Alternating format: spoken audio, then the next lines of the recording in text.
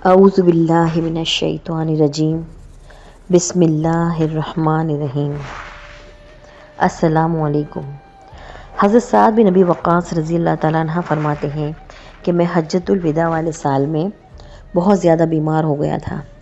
جب حضور اقدس صلی اللہ علیہ وسلم میری عیادت کے لیے تشریف لائے تو میں نے کہا میری بیماری زیادہ ہو گئی ہے اور میں مالدار آدمی ہوں اور میرا کوئی وارث نہیں ہے، صرف ایک بیٹی ہے، تو کیا میں اپنا 2/3 مال صدقہ کر سکتا ہوں؟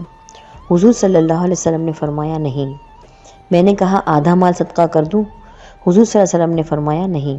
میں نے کہا 1/3 مال صدقہ کر دوں؟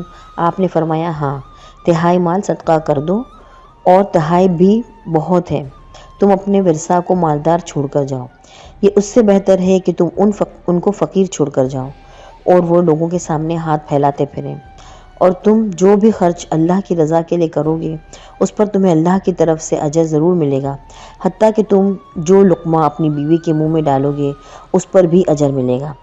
میں نے کہا یا رسول اللہ، مجھے تو ایسا لگ رہا ہے کہ اور مہاجرین تو آپ کے ساتھ مکہ سے واپس چلے جائیں گے، میں یہاں ہی مکے میں رہ جاؤں گا اور میرا انتقال یہاں مکے میں ہو جائے گا، اور چونکہ میں مکے سے ہجرت کر کے گیا تھا تو میں اب یہ نہیں چاہتا کہ میرا یہاں انتقال ہو۔